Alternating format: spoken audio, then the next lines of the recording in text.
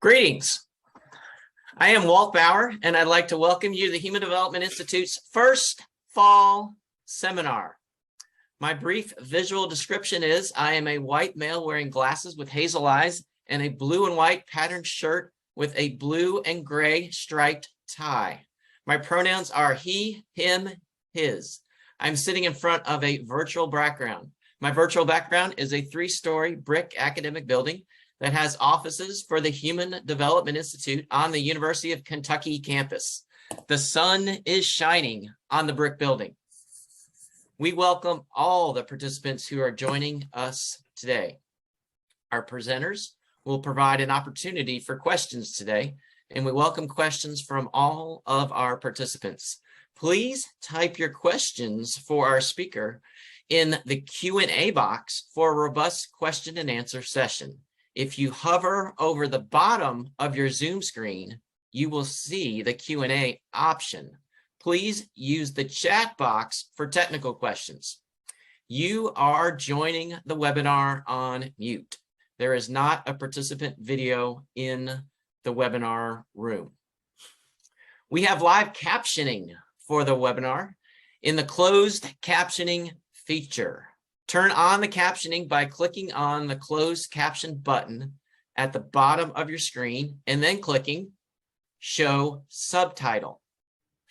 Should you have any questions about CEUs, you can contact me. My email address is walt.bauer@uky.edu. Again, my email address is walt, walt.bower@uky.edu. Please take a moment to complete our brief evaluation. The evaluation will be sent to your email address. It is really helpful as we plan for upcoming webinars.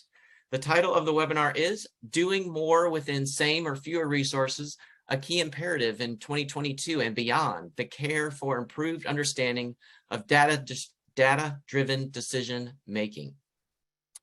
We have Dr. Nicholas Wright with us today. Dr. Wright is a champion of diversity, equity, inclusion, and accessibility. He is an award-winning higher education leader, scholar, and practitioner that excels at making connections and building an inclusive environment. Dr. Wright serves as the Director of Diversity, Equity, and Inclusion for the Human Development Institute at the University of Kentucky. Dr. Wright identifies as a multiracial man who graduated from a predominantly white institution with their Doctor of Philosophy in Counseling and Personnel Services with a specialization in college student personnel. Dr. Wright has conducted several qualitative studies and published research on aspects of diversity, equity, inclusion, and accessibility, focusing on multiraciality and how mentoring impacts campus racial climate.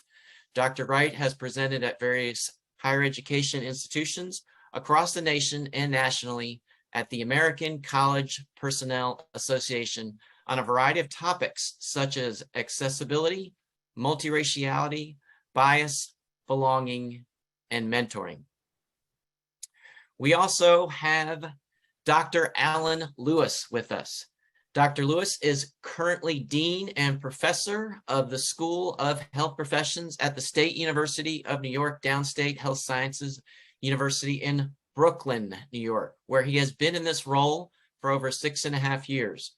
With 39 years of professional experience in the workforce as a clinician, administrator, and educator, he worked during the first phase of his career in public mental health, substance abuse services, and cancer epidemiology. And in the second phase of his career as a faculty at 5 academic institutions, including having been a department chair twice. Dr. Lewis' research has focused primarily on disability disparities and measuring the outcomes of disability services.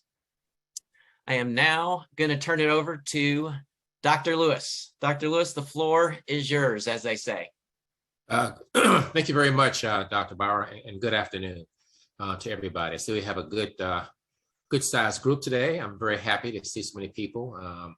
I am actually working from my home in Virginia today. So it's in my mind dress down Friday, which so I have on a black polo shirt, polo shirt, and I'm a black male, bald headed. I wear glasses. I'm sitting in my study with you can see a lot of light behind me because the window is the blinds are open and it's a sunny day here in Virginia, and you can see two doors and probably a piece of artwork, red and black artwork on the wall behind me.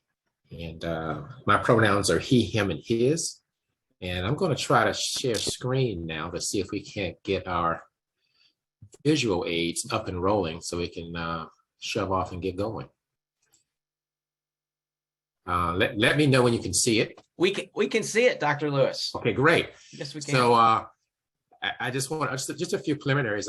You're one of your leaders, Dr. Phil Rumwell, and I go way back in the rehab field, and I had an occasion to communicate with him this morning. It's always good to catch up with Phil, and happy to see we have our interpreters in our midst today. I was telling a brief story before we started. When I was at University of Pittsburgh, I did a semester visiting at Gallaudet in DC, and it was a shame to be a CRC who didn't sign, because whenever I taught a class, I had to have interpreters there, and we have them today as well. So I think Dr. Bauer has set up a Q&A component, so we'll just try to push forward. I only have 13 slides, but we'll spend a fair amount of time on each slide. We have 2 hours. We probably won't spend quite that much time, but we'll spend the time that we need, and I'm going to try to remember to not talk so quickly to make life a little easier on our interpreters, because I tend to be a very fast talker.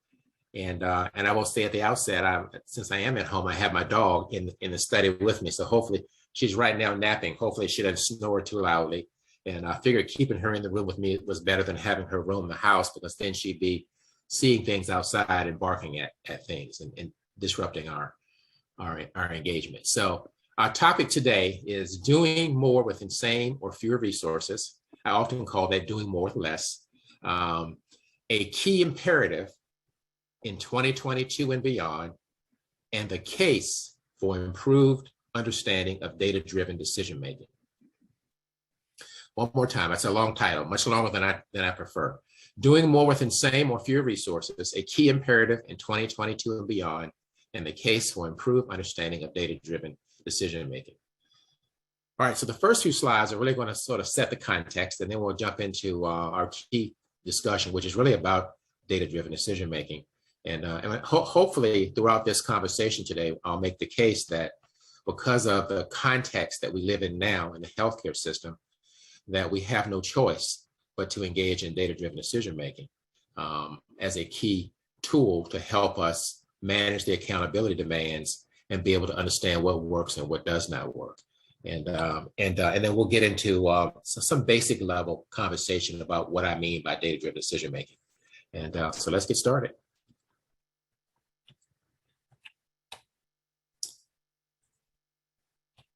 Okay, so this next slide is called Multiple Accountability Demands, the Context for Healthcare Providers in the 21st Century. And one of the things you notice at the very top, it says 1992. So that means that this visual has been around for 30 years. It goes all the way back to my time as a state bureaucrat, so to speak, a public servant, when I was working in the Department of Mental Health. And I started that work back in 1988. I worked for the first 5 years of my career as a clinician, doing work with primarily persons with serious mental illness, providing psychosocial rehabilitation services to that population, as well as working with persons with addiction challenges, providing services to that population in a residential and in outpatient groups. So I did that for about 5 years, and then I noticed that I was beginning to be a little bit burnout, but I was totally committed to the healthcare environment, particularly the disability arena. So I wanted to find a different vantage point. I wanted to pull back to sort of the micro level, macro level, I should say, not micro, macro level, the broader perspective, M-A-C-R-O, macro. And as I got to the State Department of Mental Health as a regional mental health consultant who had a region of the state of Virginia where I had 10 community service providers in mental health, that I'm responsible for overseeing and evaluating and helping them provide the best possible services that were available at the time, I began to make observations about our healthcare system, and that's where this model began to evolve in my head.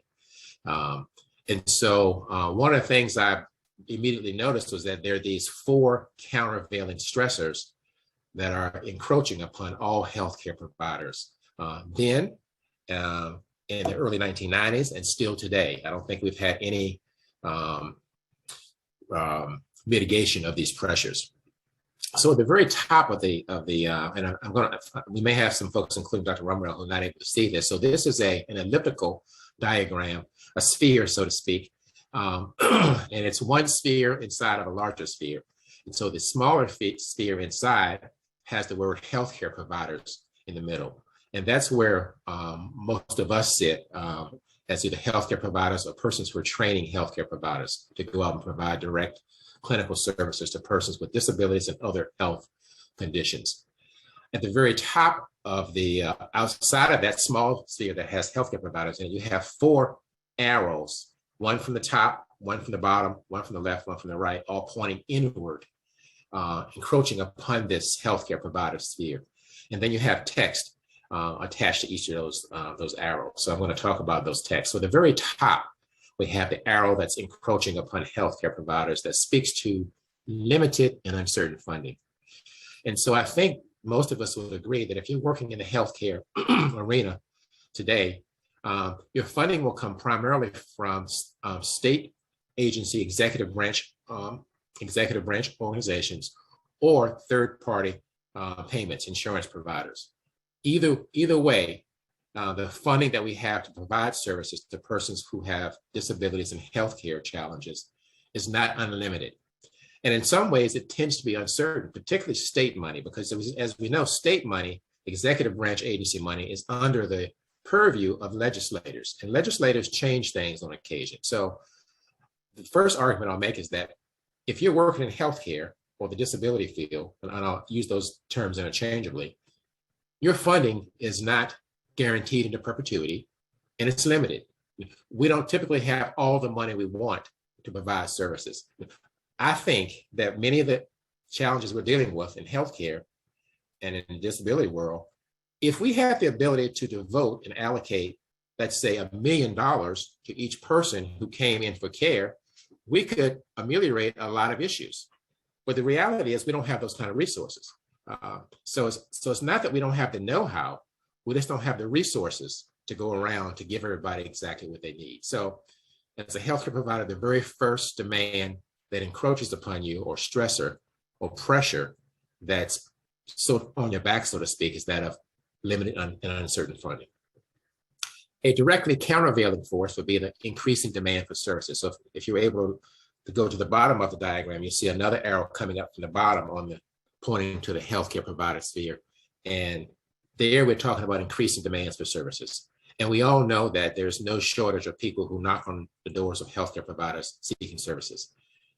One of the reasons is that the population in this country is growing constantly. I think right now we're at 330 or maybe 340 million people in the United States, something like that. And census projections about 20 years ago, and they're probably ahead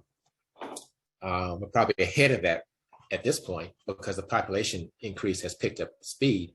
But about 20 years ago, the census projections said that by the year 2100, in 78 years from now, we'll have 500 million people in this country. So moving from 330 or 40 million now to 500 million in the next 78 years is quite an increase. I have no idea where all those folks are going to go, but they're going to be here in this country. So that's increasing demand for services in its most basic way. And then we have a more diverse population in the country. In 1999, 1 in 5, 20% of the US population was non-white. And census projections then said by the year 2050, it'll be 50% of our population will be non-white. Now, I think we're definitely ahead of that one. Probably by the year 2035, we'll have 50% of our population in this country non-white. So we have more people, we have more diverse people. And we know that when you're serving a more diverse populace, that means you have to have greater expertise and skills because people who come from diverse backgrounds, diverse cultures, obviously have different ways of understanding disability in healthcare, different ways of help seeking, different ways of participating in the formal service system, the service delivery process in the formal system, if they even access the formal system. Sometimes they use more indigenous systems. And we know that the outcomes are not even as well. So it requires more effort and more expertise the more diverse the population is. So we've got more people, more diverse people. And then we have new modalities, new tools, new techniques, new strategies, new interventions that come into the landscape, thank goodness, due to research and development and scientific breakthroughs. So we're constantly having new tools that allow us to provide services more effectively with more efficacy. A quick example, when I worked in public mental health back in Virginia in that state Department of Mental Health, at the time that I started, there were the key intervention for kids who had serious emotional disturbance was the traditional 50-minute outpatient hour where the child and the parents would go into an outpatient office, see a therapist. The therapist would get on the floor with dolls and engage in play therapy. That changed quickly to a model out of the home builders model out of Massachusetts, which really moved us to intensive in-home services. And what that meant was, rather than having an outpatient modality to provide services to kids who had serious emotional disturbances, the modality was in vivo, in the natural environment. So the therapist then had to go into the home and intervene with the whole family using a family systems approach and deal with whatever the serious emotional disturbance was in the child in that holistic way and provide interventions in that natural environment. So there was no transfer from an in vitro artificial environment to the in vivo natural home environment. That required each clinician to have fewer clients because clinicians had to devote 5 hours a week to clients on their caseload. So they can no longer have a caseload of maybe 30 clients in the traditional outpatient 50-minute hour model. They had to have far fewer. So you can see why that would be more costly. It was much more efficacious, but the cost was higher. That's an example of a new modality. Then we also have the ability to now recognize people holistically and to realize that folks who show up for medical and disability services don't just have one challenge typically, they have multiple impairments. And when I worked in mental health as a clinician in the early 80s, early to mid 80s, I worked in a community mental health center where if you showed up and you had a drinking problem and you were mentally ill, the intake worker had to figure out which one of those was your primary problem because the system had to track you in one of those areas or the other. Now we know that people come in and we have a more holistic approach and we have the ability to deal with whatever their challenges are, the multiplicity of the challenges are, simultaneously or concurrently. So we now have clients and service recipients who come in. They've always had multiple impairments, but the system now recognizes those and has the ability to intervene more holistically in real time with the multifaceted dimensions to their impairments. So we have limited and uncertain funding on the top. Just below that, we have increasing demands for services. And then on the left side, we have increasing accountability. So if you're able to see the left side of this visual, you'll see an arrow that's encroaching upon that healthcare providers bubble in the middle. And we have increasing accountability as it relates to several different sources. So the first is payers. Now we're all taxpayers and we provide dollars to support state agency funding. So the dollars that state agencies have through these executive branch agencies to provide services, state funding comes from taxpayers, comes from us. The dollars that insurers have comes from us as well, because we all pay, if we have insurance, we pay insurance premiums. So payers typically, like us, don't want to pay more taxes or higher insurance premiums. We'd much rather see the dollars you're already paying have a greater reach, right? We want to have a broader impact with those dollars we're already devoting. So that's a type of accountability that's imposed on healthcare providers. That's why the funding is not growing at a rate that's commensurate with the demand for services, because payers, whether it be insurance premiums or taxes, are not too excited about paying more in terms of those premiums or those taxes to provide more resources to provide services. And then those government entities, those executive branch agencies, typically have a lot of rules and regulations. Think about state Medicaid, or think about any kind of welfare agency. Getting those dollars to the people who deserve them has a lot of rules and regulations. And so That is another type of accountability that healthcare providers have to deal with. And then, of course, the community itself sometimes, as an entity, provides accountability. And that accountability can take the form of what we used to call the NIMBY phenomenon, NIMBY, NIMBY, not in my backyard. When I worked in mental health, we had mental health homelessness services. And we were often encountering the NIMBY phenomenon, people who didn't want to see homelessness in their communities, people who didn't want to have a shelter located in their community, people who don't want any kind of healthcare facility or mental health facility in their communities, because the average lay American wants the kinds of ills of society that we're dealing with as healthcare and disability providers out of sight and out of mind. Most folks don't want to come face to face with those realities on a constant daily basis. So there again is another type of accountability. We're expected to provide services that are so effective and efficacious that we deal with those kinds of problems in a way that they're invisible to the average American. And then on the right side, we have another set of accountability stressors. So the arrow on the right side is encroaching upon the circle in the middle, that's healthcare providers. That's also increasing accountability from consumers themselves. We now know that consumers are much more empowered and educated and knowing than they used to be 50 years ago. When someone went to see a physician or a healthcare provider, whatever that physician said, that person did. Now, not so much, because people have access to other resources. They can read on their own, they can see things on the internet. They're much more informed and have the ability to ask questions and to question the things that are offered to them in the way of treatment and rehabilitation protocols. So consumers are more empowered and self-determining, and then their families are also helping them be more empowered and self-determining, and particularly in cases where consumers are not able themselves to be as empowering. The family members may speak up for that person. And then there are formal advocacy organizations that exist, such as the National Alliance of Mentally Ill, that provides advocacy on behalf of certain service recipients with certain challenges to ensure that the system stays honest and does the best that it can to provide services to those groups. So if you're a healthcare provider in 2022 and beyond, you're in the middle.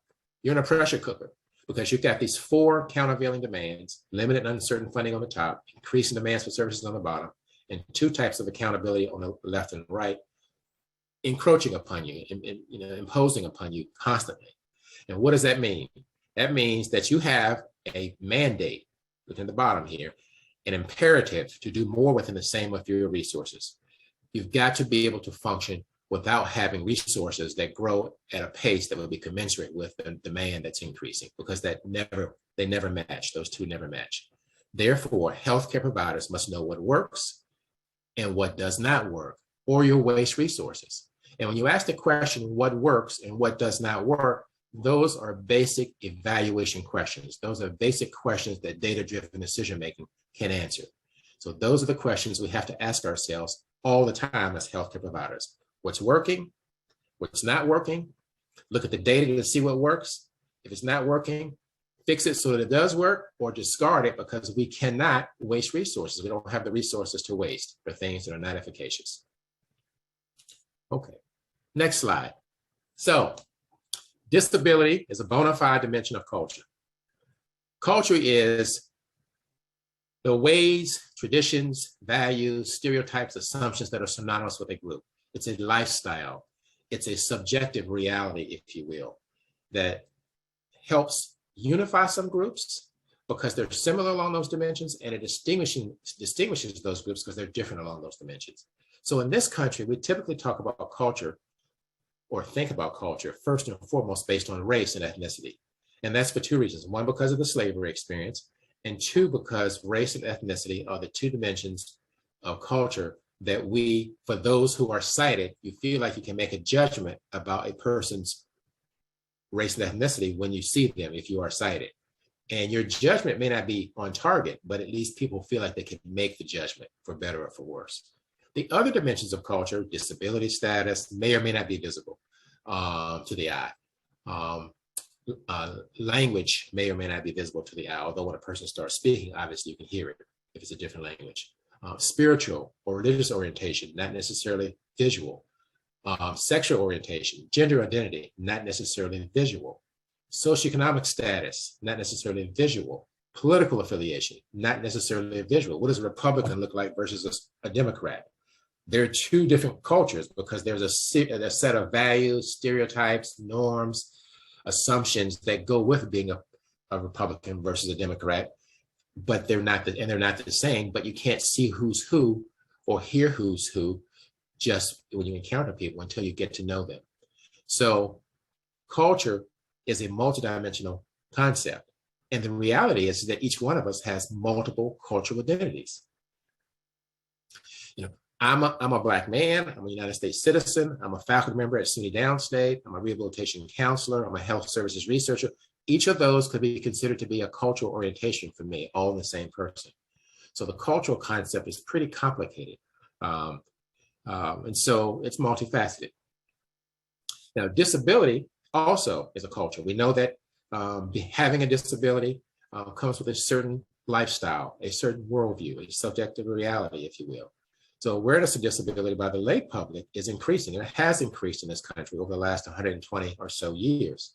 For reasons related to the disability rights movement, disability rights, I guess, in earnest started with the deaf population and the visually impaired population with the establishment of formal schools for teaching of persons in those categories in the 19th century.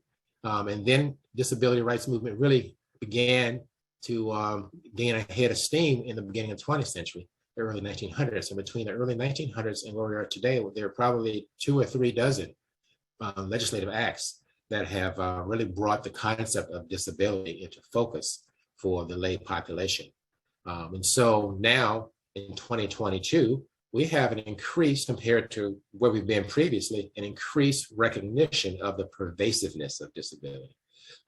Disability is between 20 and 25% of the population. So 1 in 4 or 1 in 5 individuals have a disability. And so it used to be pretty solidly 1 in 5. And now I'm seeing some data that speaks to 1 in 2. And I don't think the incidence has gone up. I think our counting mechanisms have gotten a little bit better over time. And we do a fair amount of research now that relates to disability. So we're learning so much more about disability, not only from the disability movement and the many legislative acts that have occurred over the last 120 or so years, but we also now have a lot of research that's taking place, some of which happens at your institution among you folks and Dr. Rumrell through the National Institute of Independent Living and Disability and Rehab Research and other NSF and NIH and PCORI and many other research entities related to disability. We're now learning so much more about health and function, community participation, and employment as it relates to persons with disability, which again is raising our awareness of the pervasiveness of disability to the extent that the lay population has access to these lessons learned through research and this new knowledge and this evidence-based practice that we're now doing much better at producing in terms of how we serve persons with disabilities. Subjective reality is part of all cultural dimensions, including disability. And again, that's the whole point of view of worldview. When you are part of when you are part of a cultural group, there's a certain worldview, a certain way that you see the world. It's a prism through which you see the world that's synonymous with your cultural orientation. And disability is very much a part of that in terms of its subjective reality. There's a reality of persons who are hearing. There's a subjective reality of persons in the culture of those who are hearing impaired.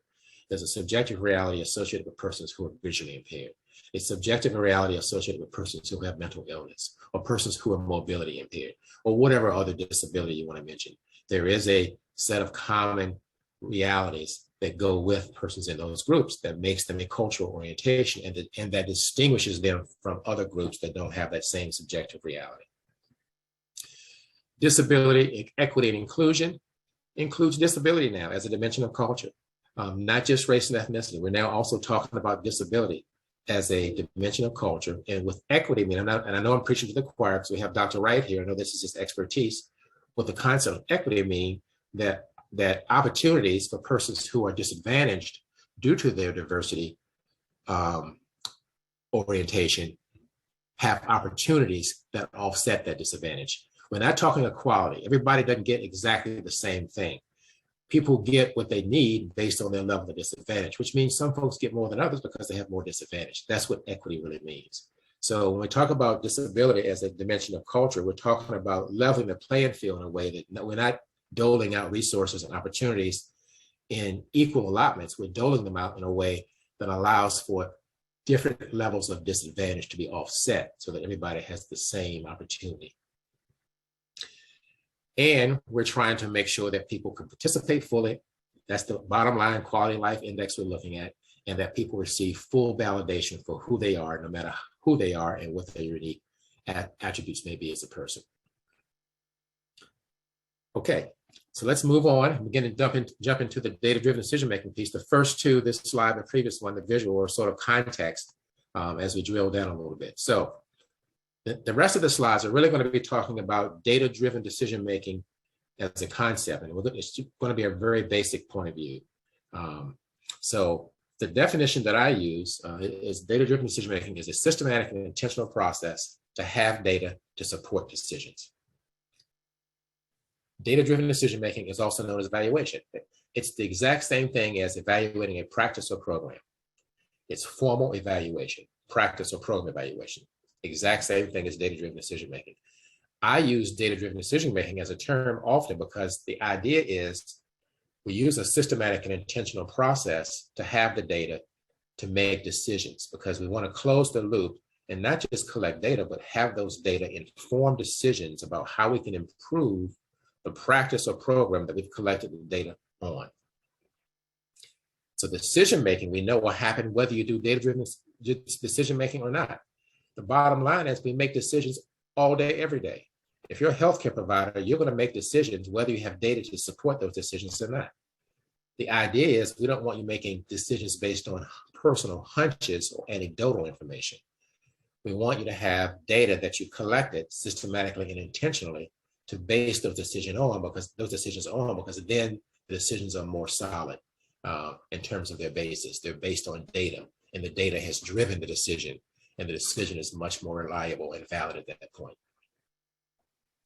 At the bottom here, you'll see a chapter I did some years ago that is program evaluation for rehabilitation and allied health administrators that I can make available through Dr. Bauer or Dr. Wright as needed. That will pretty much give the background on anything I've said today in terms of this conversation, particularly the data-driven decision-making aspects. So keep in mind, we're going to make decisions no matter what. The best way to make those decisions is to have the data proactively to base the decisions on, because then the decisions are better. So what does it mean?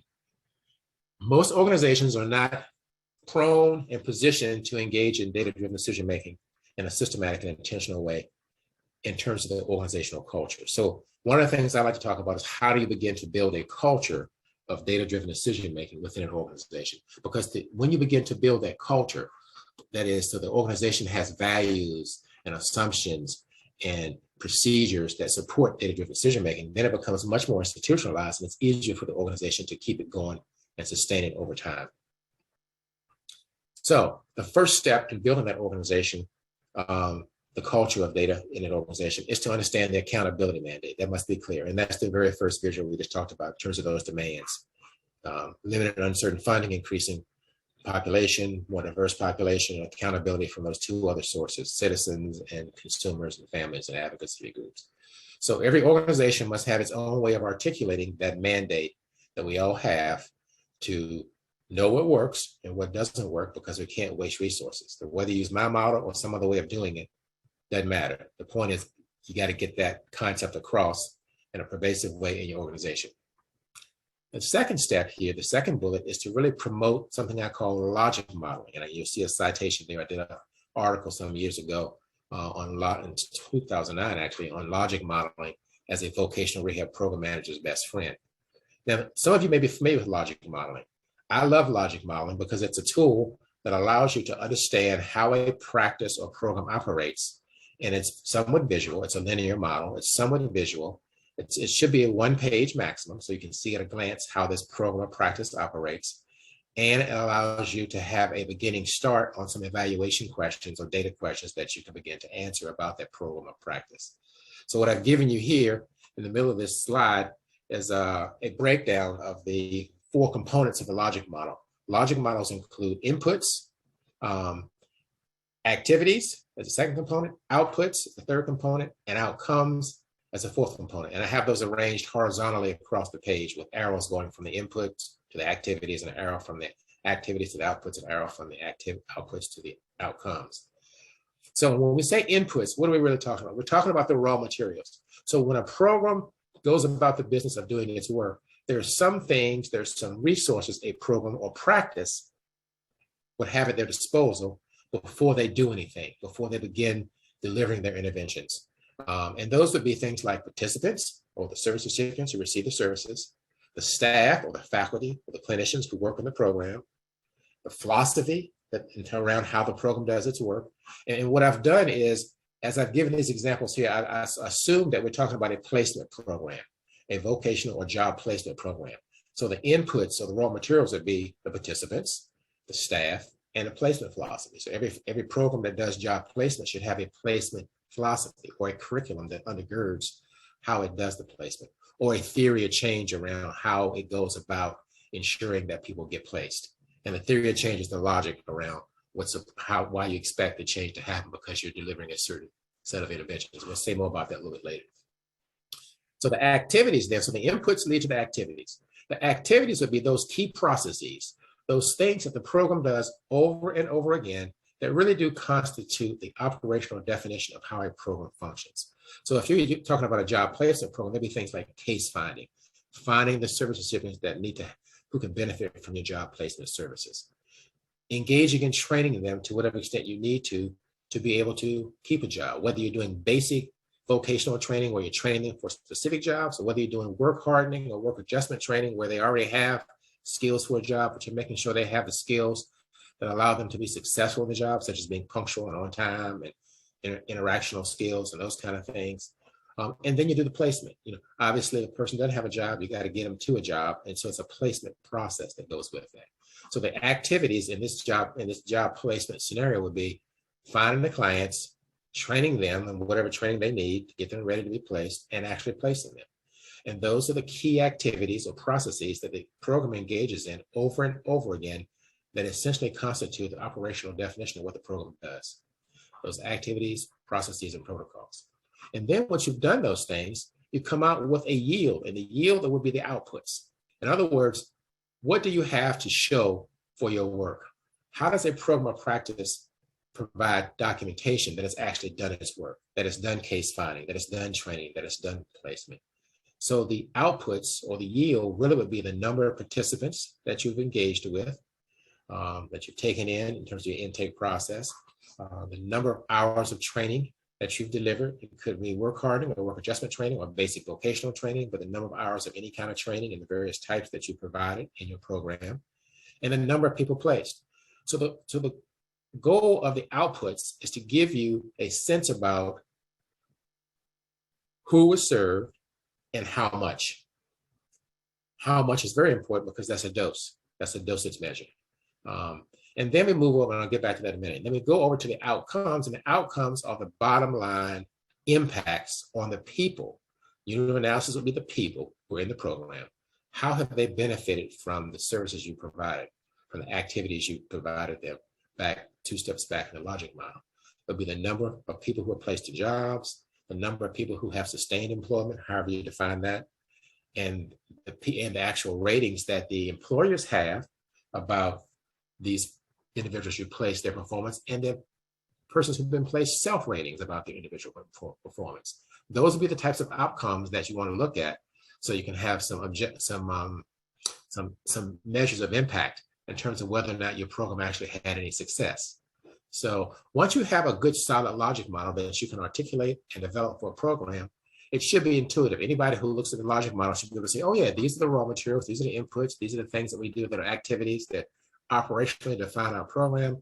These are the outputs or the yield, the things that speak to who it was that we provided service to and how much service we gave, the dose consideration, and these are the impacts or the outcomes.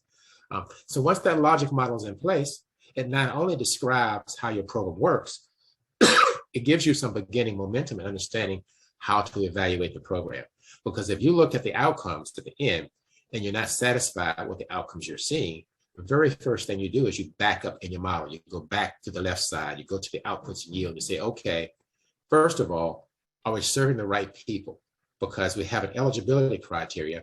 And if we're letting people in the program who are not eligible, that means they maybe perhaps can't benefit from the service in an optimal way. So that may be one reason why we're not achieving the outcomes. Or if that's not the case, you may say, okay, we expect these folks to engage in 10 sessions and only 10% of them are engaging in 10 sessions. 90% are engaging in 5 or fewer sessions. So the dose isn't there. So that they're not getting an adequate exposure or critical mass of exposure to the interventions to expect to see a change. So you got a problem right there in terms of dose, or maybe in terms of eligibility of who your program is accepting. But if those two things check out, you back up again to the activities and say, okay, are these the right activities?